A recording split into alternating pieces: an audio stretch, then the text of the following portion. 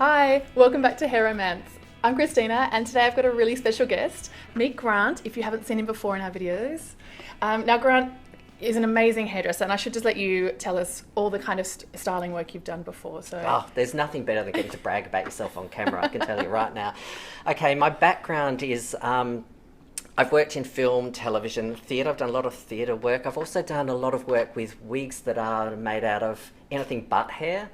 But now I work in the whole education side, and I love sharing information that I have with other people, because particularly when it comes to hair, because there's a lot of misconceptions. Oh my God, there's so much confusion. And people get confused with things, and this way we get to talk about stuff, and because we're good mates, we can actually chat about anything.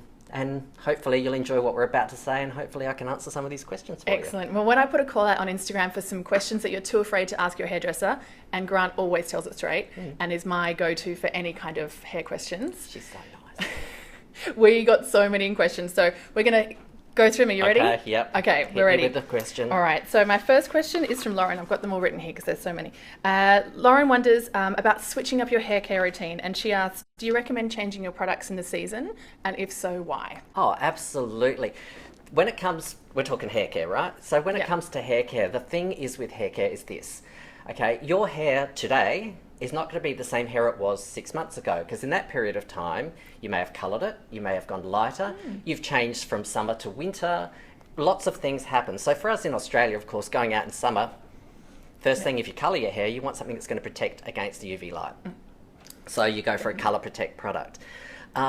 If you've coloured your hair for 6 months and now you're going into summer and you think, I'm going to have some foils done, I'm going to have some ombre or some balayage or something, obviously that's using a lightener of some sort, so you're going to need to change your hair care regime as well.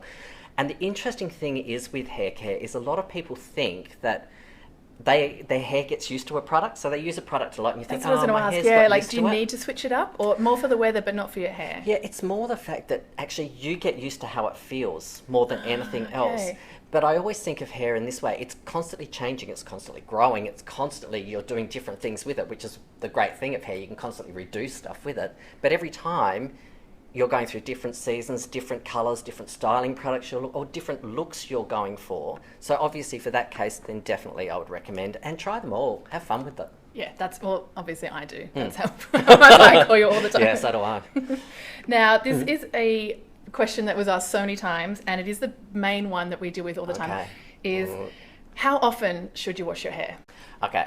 There's no steadfast rule, actually. That's why it's so confusing. Everybody's different. Right. So, for example, I run every morning. So I wash my hair every day because otherwise it would smell, basically. You know, if you go to the gym every day, you probably wash your hair every day. But what if you have long hair and you're exercising every day? Dry shampoo.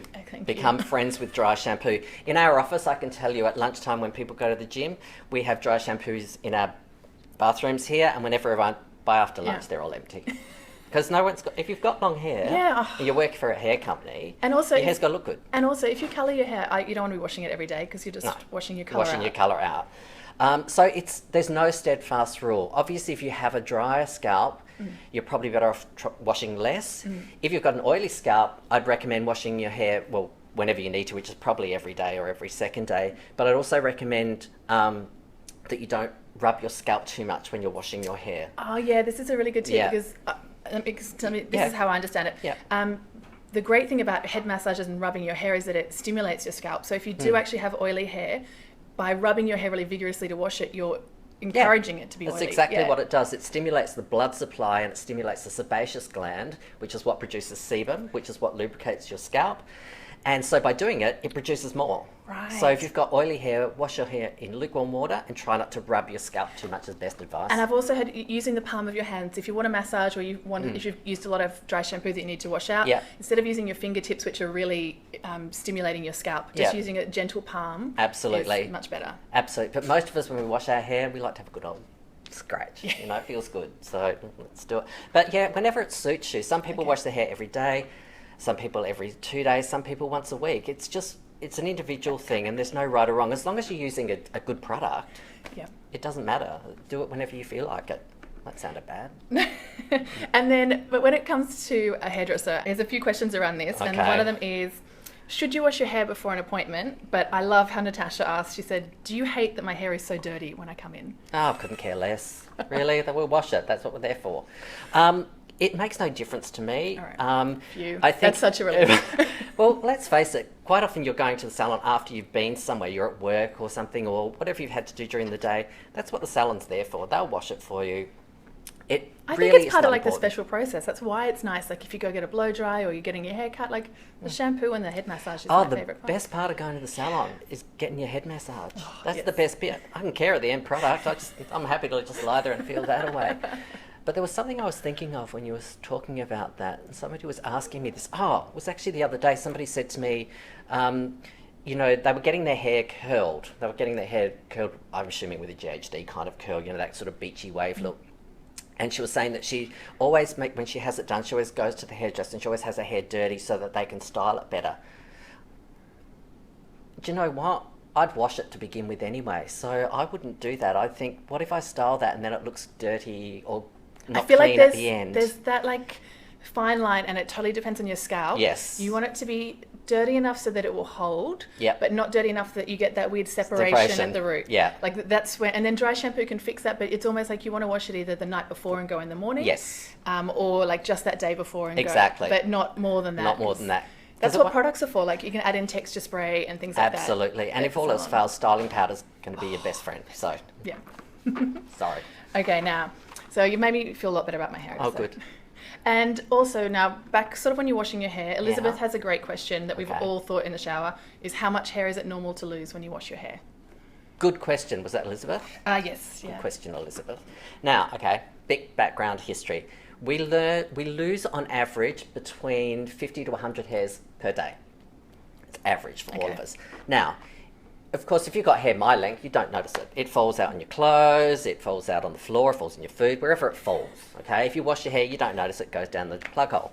But if you've got long hair, you're going to notice it. Right. So, for example, if you've got hair that's that long, that's going to wrap around your hand about 5 times. So that one hair now looks like 10.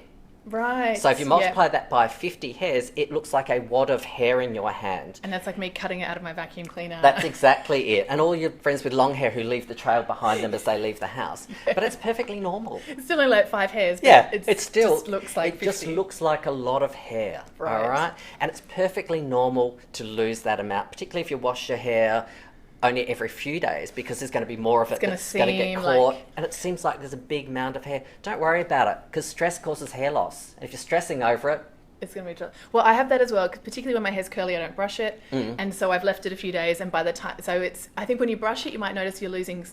And then when I actually wash my hair, like almost like a handful will come out, and I'm like, ooh, you kind of panic. But it's like 4 or 5 days worth of hair that hasn't fallen out. So yeah, normal. I really wouldn't worry about it. And hair loss... Unless it's caused by something external, so stress, or if you're on some treatment of some kind, or medications, things like that can make a difference. But as soon as you take those things away, the hair will grow back anyway, so it's not worth stressing yourself over it. If it's hereditary or it's alopecia or something like that, obviously nothing that can be really done about that. That's not the average person. So it's just basically one of those things where it's normal to lose hair when you wash it.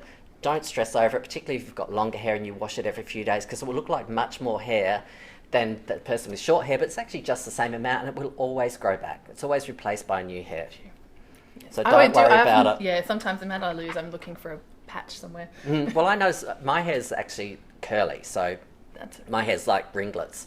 And when my hair was long, when I wore it long, every time I washed it, it would seriously be, it looks like a handful of hair, and I'm sure you guys have seen it. It's just like this wad of hair that's in your hand, and you think, and you're like, is that gonna... But it's always being replaced, so don't worry about it. Yeah, or your hair is all growing at different stages. Some of it's in rest, some of it hasn't even begun to grow, so it's constantly being replaced. There's 3 phases. There's a growth phase, a resting phase, and then there's a phase where it drops out, and without going down the science names of them. But that's what they do, and it's perfectly normal thing to happen. Good. Don't worry about it. Thanks. Good question, Elizabeth. All right.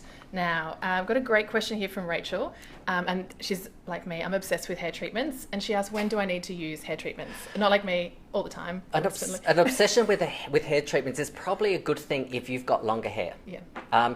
In fact, I recommend if you've got hair that's like shoulder length or longer, that you do it once a week. Okay. All right? Once a week is enough. If your hair's obviously really lightened or really chemically treated, it's probably better to do it a little bit more. But once a week is more than enough for the average person. But again, depending on how much you wash your hair, you could do it 2 or 3 times a week. The trick is with treatments, and here's a good thing. When you buy treatments, they either come in a tub or they're in a tube or whatever they're in. For some reason, people think they have to use a lot. Oh yeah, right? I do. I feel like a grab. Yeah, they've got to do a great big handful of it. You're ending up washing it down the drain. You're paying for it, so don't use it. For hair to sort of this length, I reckon about the size of about a 20-cent piece will be more than enough, because it's not really up here you need it. It's mid-lengths and ends. Ends, yeah. So, it's that thing where if I use more, it'll be more beneficial. It won't. You're just throwing money down the drain, basically. So just use as much as you need, and that's all. Don't do a great big handful. Okay, that's a really good tip. I do, yeah, probably just, and then you slip over because you just rinse it off. Yeah, and you spend more time trying to rinse it out because your hair's kind of got this weird, it feels like there's something on it that you can't get rid of. Yep. You're using too much product. All right? There you go. All right, and now next question is from Lauren, and she had a couple of great questions. She said, do you recommend combing curls before washing your hair? And does that cause excess damage? So it was saying, like, if you're losing a lot of hair, do you brush it before you get... I wait till conditioner. What would you... I wouldn't bother brushing my hair before I washed it. I'd spend more time combing it with the conditioner in than I would brushing it beforehand. Unless you've got... I suppose an exception to the rule would be if you use a lot of hairspray or lacquer, then I'd probably recommend not necessarily brushing it, but at least running your hands through it to kind of break it up a little bit. Or if, you're one of those people who uses a lot of gel, I'd probably recommend just roughing that up a little bit. But everything else, no, I wouldn't bother. I would actually just shampoo it. While I think about it, the other thing is some people, I don't know, you may have encountered this yourself, is they'll wet their hair and their hair doesn't seem to get wet if they've got too much styling product on it. It kind of almost repels water. A great trick is don't worry about it. Just put some shampoo in your hand, even if the hair doesn't feel wet, and rub the shampoo in your hair because shampoos have wetting agents in them. So once you do that, then when you rinse it, the hair will actually become really wet. So yeah, it's a good trick.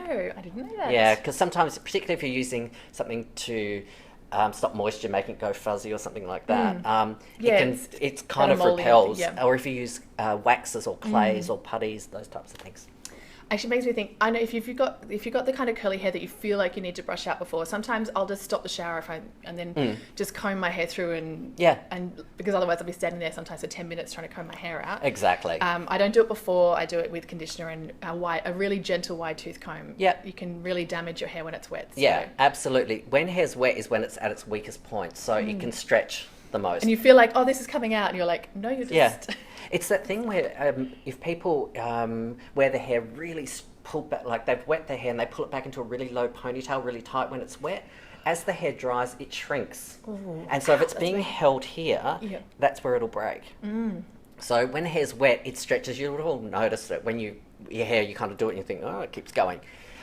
It's because it stretches a lot further when it's wet than when it's dry. So that's where you always recommend using a wide tooth comb. Definitely when your hair's wet, and that's why in any good salon you go to, they'll always use a wide tooth comb at the base, and they won't use a brush or anything. If you're doing this, you're doing it wrong. Get a comb. And actually, Lauren's asking another great question is, what are the safest wet hairstyles to prevent damage? Because not a really tight low ponytail, definitely not. And you know what, for a lot of hairstyles, actually, particularly the kind of contemporary looks we've got going on, which are very much street sort of styles, and they're very free and they're very loose, for most people, you're better off just letting it dry naturally and then just using either your curling iron, straightening iron, whatever you're using, because by letting it dry naturally, it kind of retains its own elasticity. So that's probably a good tip, but obviously we all work, we can't turn up for well, I don't know, some people do, but we've all got to do our hair in some way. I would recommend washing your hair the night before.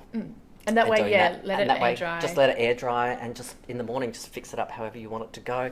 But if you have to go for a wet hairstyle, a loose braid is probably the best thing you could do. And then double duty, you'll get really nice waves. Exactly, once you take it out. Exactly. Perfect. Just don't do it in the wrong position so you get a dent or anything like that, Like, don't comb it all tight and then put a braid down here so it's all flat and like that. Make sure it's kind of a bit like free. A nice little piggyback at the bottom. Exactly.